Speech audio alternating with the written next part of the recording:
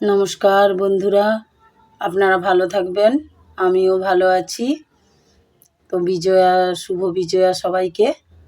কারণ দেরি হয়ে গেল একটু, কারণ আগের ভিডিওগুলোতে আপনারা শুনেছেন তো আমার গলার অবস্থা খুবই খারাপ, সেই কারণে ভয়েস দিতে পারছিলাম না, খুব অসুস্থ হয়ে পড়েছিলাম।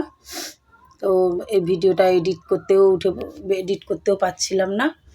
তো যাই হোক, ভিডিওটা শেষমেশ এডিট করলাম, তবে কিছুদিন হয়ে গেছে, দেরি হয়ে গেছে, ক্ষমা করবেন। তো মাকে কনকাঞ্জলি দিচ্ছি। মাকে কনকাঞ্জলি দেওয়ার সময় মনটা খুব ভারাক্রান্ত হয়ে গেছিল, কারণ মা আসবে এই অপেক্ষায় আমরা এতদিন বসেছিলাম, সবাই বসেছিলাম।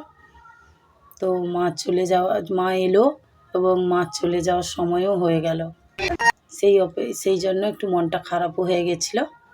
কিন্তু আমরা সকলেই চাই যে মাকে হাসি মুখে বিদায় জানাতে। আমরা আবার অপেক্ষায় থাকব মায়ের আসার, 365 দিনের অপেক্ষায় থাকব।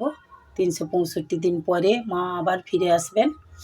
তো মা যেতেই তো হবে শ্বশুরবাড়ি, বাপের বাড়িতে তো কোনো মেয়েরা কোনো এক সময় থাকে না, তাই শ্বশুরবাড়ি তো যেতেই হবে। সেই কারণে আমরা একটু আনন্দ মনে হাসি মুখে মাকে বিদায় জানাচ্ছি। সকলে সিঁদুর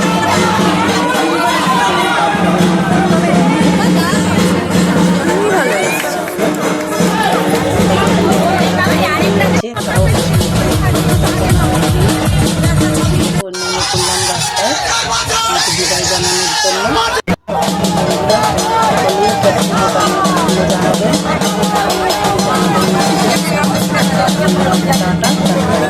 তো বন্ধুরা, এখনের মতো টাটা, দেখা হবে পরের ভিডিওতে।